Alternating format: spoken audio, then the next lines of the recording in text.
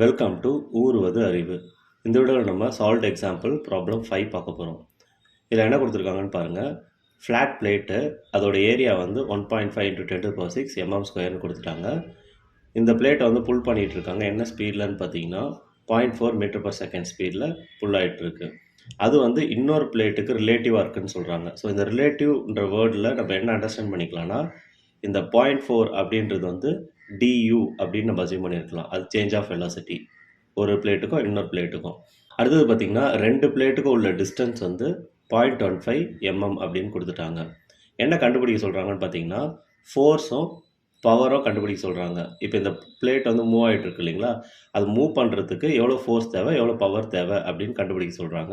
இந்த 2 பிளேட்டுக்கும் நடுவில் இருக்க ஃப்ளூயிடோட விஸ்காசிட்டி என்னன்னு பார்த்தீங்கன்னா 1 poise அப்படின்னு கொடுத்துட்டாங்க. ஸோ இப்போ இது எப்படி சால்வ் பண்ணுறது அப்படின்னு பார்ப்போம். ஃபஸ்ட்டு கொடுத்துருக்க டேட்டாலாம் அப்படியே எடுத்து எழுதிக்கிட்டாலே நம்ம ஈஸியாக சால்வ் பண்ணிடலாம். ஃபஸ்ட்டு ஏரியா என்ன அப்படின்னு பார்ப்போம். Area A is equal to என்ன கொடுத்துருக்காங்க, 1.5 × 10⁶ mm².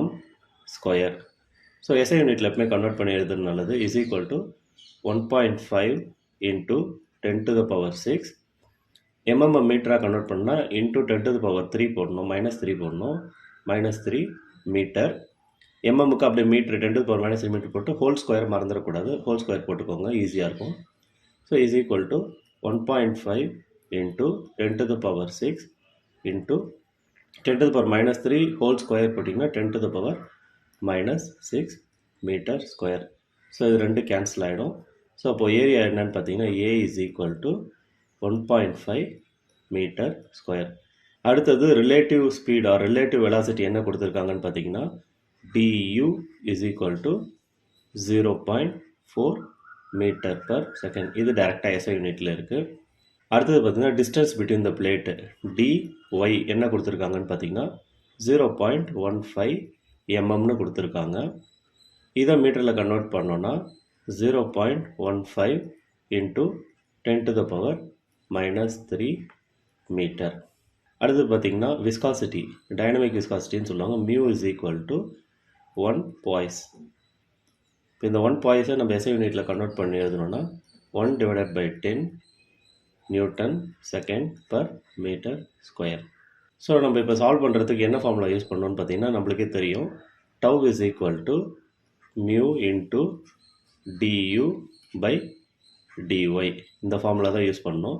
ஆனால் நம்மளுக்கு டவ் கண்டுபிடிக்க தேவையில்லை, நம்மளுக்கு தேவையானது ஃபோர்ஸ் அண்ட் பவர் தான். ஸோ ஃபஸ்ட்டு டவ் கண்டுபிடிச்சிட்டு அது மூலிமா தான் நம்ம ஃபோர்ஸ் கண்டுபிடிக்க போகிறோம், அது மூலிமா பவர் கண்டுபிடிக்க போகிறோம்.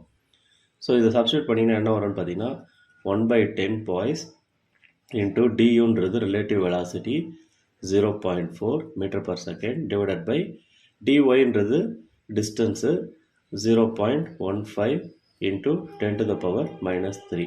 இதெல்லாம் மியர் சப்ஸ்டியூஷன் தான்.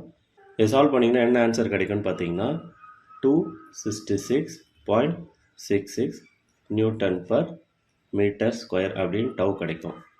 ஸோ இப்போ இந்த டவ்லேருந்து எப்படி ஃபோர்ஸ் கண்டுபிடிக்கிறதுன்னு பார்த்தீங்கன்னா tau is equal to force divided by area. Force per unit area தானே, டவ்ன்றது ஷியர் ஸ்ட்ரெஸ் தானே. ஸோ ஸ்ட்ரெஸ் வந்து ஃபோர்ஸ் பர் யூனிட் ஏரியான்னு சொல்லுவோம். அப்போது இங்கே ஏரியா நமக்கு ஆல்ரெடி கொடுத்துருக்காங்க, டவ் கண்டுபிடிச்சிட்டோம். ஸோ இது எப்படி கண்டுபிடிக்கலான்னு பார்த்தீங்கன்னா F is equal to tau into area, இந்த ஃபார்முலா யூஸ் பண்ணி கண்டுபிடிப்போம். ஸோ இப்போ F இஸ் ஈக்குவல் டு என்னன்னு பார்த்தீங்கன்னா அந்த டவுக்கும் ஏரியாவுக்கும் வேல்யூ சப்ஸ்டியூட் பண்ணுங்கள். டவ் வந்து இப்போ தான் கண்டுபிடிச்சோம் 266.66 இன்ட்டு ஏரியா என்னன்னு பார்த்தீங்கன்னா 1.5 m².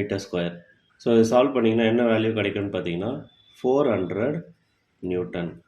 இப்போ நம்ம ஃபோர்ஸ் கண்டுபிடிச்சிட்டோம். Force is equal to 400 N அப்படின்னு நம்ம கண்டுபிடிச்சிட்டோம்.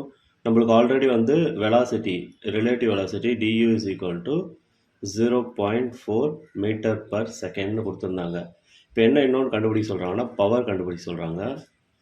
பவர் எப்படி கண்டுபிடிக்கலாம்னு பார்த்தீங்கன்னா ஃபஸ்ட்டு பவரோட யூனிட் என்னன்னு பாருங்கள், Nm/s ஆர் வாட். ஸோ இதுதான் வந்து பவரோட யூனிட்டு. இப்போ நியூட்டன்றது ஃபோர்ஸு, m/s வெலாசிட்டி. ஸோ இப்போ நம்ம என்ன பண்ணலாம்னா பவரை இப்படியும் கண்டுபிடிக்கலாம். ஃபோர்ஸ் இன்ட்டு வெலாசிட்டி போட்டிங்கன்னா கிடைக்கிறது பவராக தான் இருக்கும். ஏன்னா ஃபோர்ஸுக்கு நியூட்டன், வெலாசிட்டிக்கு m/s. ஸோ இது பவரோட யூனிட்டுன்றதுனால நம்ம ஃபோர்ஸுக்கு வேல்யூ என்னன்னு பார்த்தீங்கன்னா 400 இன்ட்டு வெலாசிட்டிக்கு 0.4 metre per second. So substitute பண்ணிங்கன்னா கிடைக்கிற வேல்யூ என்னன்னு பார்த்தீங்கன்னா 160 நியூட்டன் மீட்டர் பர் செகண்ட் அல்லது 160 வாட் அப்படின்னு சொல்லலாம். ஸோ பவர் வந்து இப்படி தான் கண்டுபிடிக்கணும். ஸோ இந்த கொஷினில் 2 விஷயம் கண்டுபிடிக்க சொல்லியிருந்தாங்க. ஒன்று ஃபோர்ஸு, அது 400 நியூட்டன்னு கண்டுபிடிச்சாச்சு.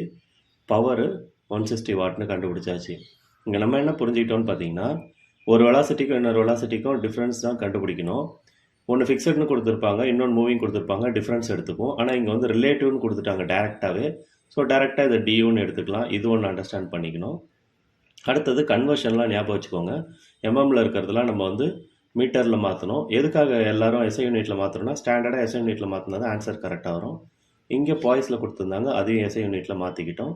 ஸோ இதெல்லாம் மாற்றிக்கிட்டு டவுன்ற ஃபார்முலாவில் tau is equal to mu into du by டிஒய்ன்ற ஃபார்முலாவில் போட்டோம். டவ் கண்டுபிடிச்சோம். டவ் வச்சு tau is equal to force by ஏரியான்ற ஃபார்முலா வச்சு ஃபோர்ஸ் கண்டுபிடிச்சோம். அடுத்தது power is equal to force into velocity, இந்த ஃபார்முலா போட்டு பவர் கண்டுபிடிச்சோம். இந்த விடவில் நீங்கள் மூவிங் பிளேட்டோட ஃபோர்ஸ் அண்ட் பவர் எப்படி கண்டுபிடிக்கிறதுன்றதை பார்த்தோம். உங்களுக்கு யூஸ்ஃபுல்லாக இருந்திருக்கும்னு நம்புகிறேன். நன்றி.